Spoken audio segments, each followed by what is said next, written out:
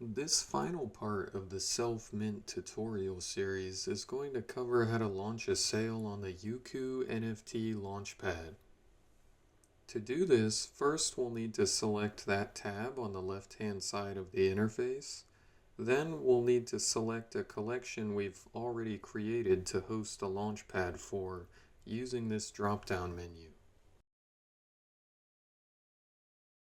We'll then need to add a project description, including key details that users may need for the launch. Next, we'll need to upload our banner image in collection cover to match the specified dimensions.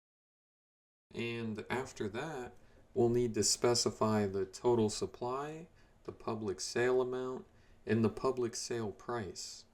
We'll need to ensure that the quantity we enter here for the total supply aligns with the actual quantity in our collection from when we previously created it. Now we can set a start and end date for this launchpad. And next, we're able to enable or disable whitelisting. And if we'd like it enabled, we're able to input the appropriate principal IDs here alongside some basic parameters to configure the whitelist.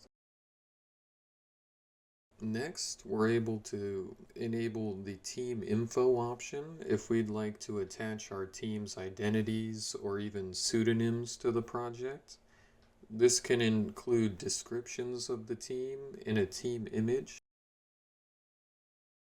Next, we're able to input a secondary description, create a brief frequently asked questions, and set up some highlight images if we have rare segments we may want to highlight for users.